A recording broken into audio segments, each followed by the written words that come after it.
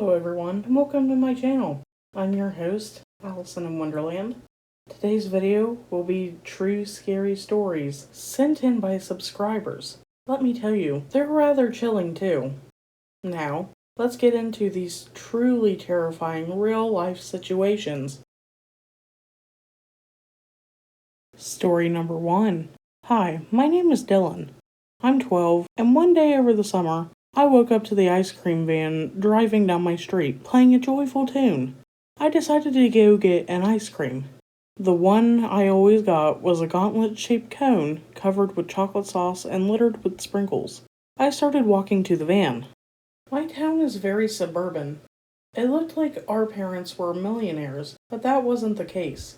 The houses were very cheap due to all the missing children cases, but the van didn't fit in. It stuck out like a sore thumb. It was completely white with some stickers on the side window. It had a baby with 2 ice creams next to him at a 45-degree angle. Almost all the paint was shedding off. It was shady to say the least. I arrived at the van, and there was a line by the time I got there.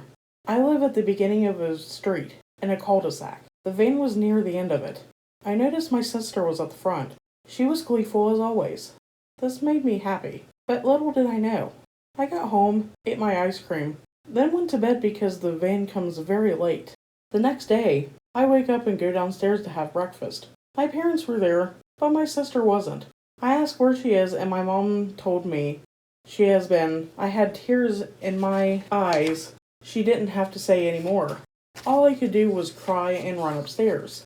I just laid in bed, and at some point I went to sleep. I woke up to the sound of the ice cream van. Hearing the van, I thought an ice cream would somehow cheer myself up a little bit. Walking to the van, I started to cry at the thought of my missing sister. Arriving at the van, my eyes were full of tears. The ice cream man asked, "What's wrong, little boy?" almost in a demonic chuckle. I explained how my sister went missing last night. He said he was sorry, but something felt off. I didn't care, so I got my ice cream and left. When I got home, I decided to go to bed. I couldn't sleep due to the nap I took. I ended up staying up until 12 a.m., and what I heard next makes me shiver and cold to the bone. I heard the lock of my window cracking. I squinted my eyes to see who was there, and I was shocked. It was the ice cream man.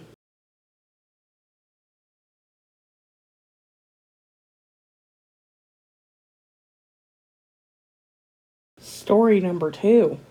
My name is not important, but what I see is the important. So, a few years ago, I don't exactly remember where the place is, but I remember it was northeast from a hospital, and we got there by using a cab. This story began when I was a teenager. My friends and I dare our friend Jade to go explore the abandoned building rumored to be the place for rituals and all sorts of crazy things. Jade was a brave and active teen. He had a red belt in karate, so sending him first was a no-brainer.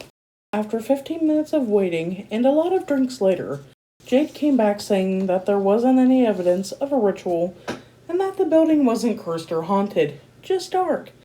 The next person to go in was Dennis, a nerd, but has a nice personality and usually gave me a hand in a test. He won't go in alone, so Ricky went with him. Ricky is a Boy Scout and a gamer. After around 10 minutes or so, they both came back. Dennis had a scratch on his knee, not very big mind you, and he told us he stumbled on some rocks.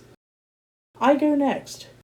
Honestly, I started to get bored, and after hearing my friends' stories, I go in with I call. After entering, I can feel the cold breeze hit my face. The building is 2 stories high, with the second floor having a hole in the middle that would make it easy to stalk someone, but there isn't any stairs to get to the second floor. After a while of exploring, the temperature began to rise and made it really hard to breathe. There was a smell coming from all around the building, smelling like a flower grave. I made my way to the exit. All my friends saw me hyperventilating while asking me if I was okay and where Cal was. I looked behind me to see Cal is gone. My friends and I quickly run inside to search for him when the same thing I just experienced happened again. We all had goosebumps all over our bodies. Remember how I said there wasn't any stairs connecting to the lower and upper levels?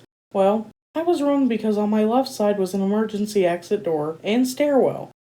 Cal came out of that same door with a scorched arm. It didn't take us very long to grab Cal and run for the exit, but the door is in flames. Everything's in flames. A flaming ball resembling a giant comes out and roars with anger. We start to use our remaining drinks to fend off the Banas Pati. Banas Pati is a creature that resembles a flaming ball or a person from the result of a ritual. But as you might have guessed, our drinks did a poor job of taking care of the creature. Thank God that I brought a holy book in my backpack to read in case this would happen. When I read a part of the holy verse out of the Quran, the creature started gasping and screaming like it was in horrible pain.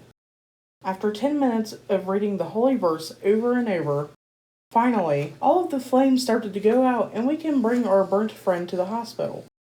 When we were asked what happened, we told the truth, and because my country believes in superstitions and ghosts, we were able to go home while our friend was treated by the local imam.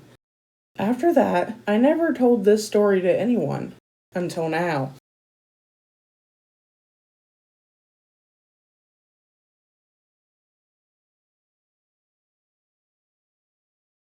Bonus story.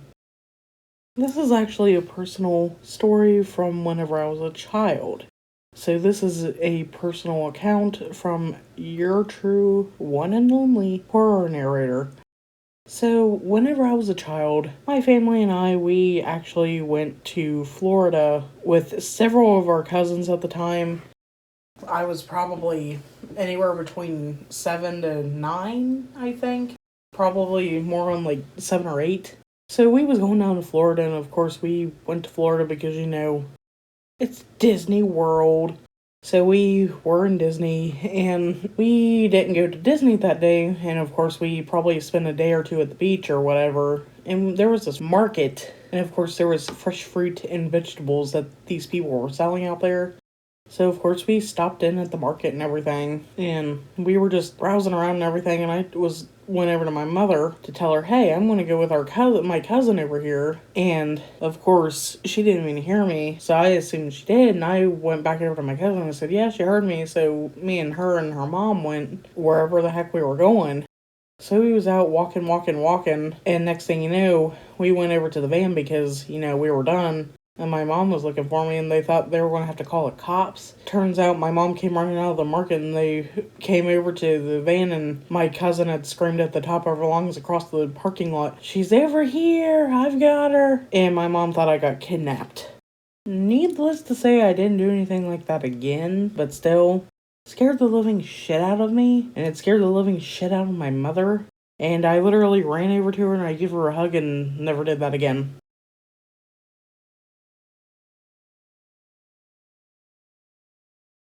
Hey everyone, glad you made it to the end of the video. If you liked the video, hit the like button and share with your friends and family. If you aren't already subscribed, go ahead and hit the subscribe button along with the notification bell icon, so you'll be alerted to the next time I get a video out there. The next video I have will be on urban exploration. Also, if you heard the lawnmower going off, I apologize because my dad decided to get on the mower. So, until you return, have fun!